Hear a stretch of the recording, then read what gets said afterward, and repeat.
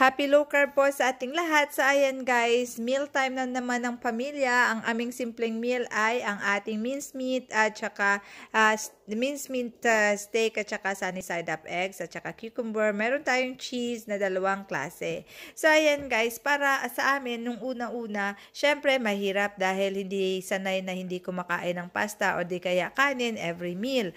So ang ginawa ko, dinahandaan kong pagtanggal ng aming pasta at saka kanin. Kumakain na lang kami ng once a day ng kanin o di kaya pasta. Yung the rest ng aming meal ay wala na, gulay na lang at saka ulam. Ang inuuna muna, pinapauna ko muna pakain sa mga bata, sa akin, syempre, tsaka sa Super Papa, yung ulam muna. Yun, para madali kaming mabusog. Pag nabusog ka na guys, hindi mo na kailangan yung high carbs kasi busog ka na. Tapos, ayan, veggies para hindi maumay. Kasi syempre, yung mga bata, hindi naman siya pwedeng mag-keto na puro na lang meat kasi kailangan nila naman mag-grow. So, ayan.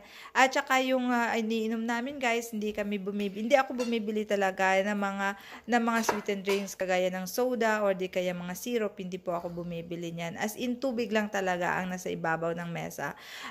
Kaya ang mga bata, hindi yan sila nanghihingi kasi hindi naman sila sanay na uminom ng mga sweetened drinks.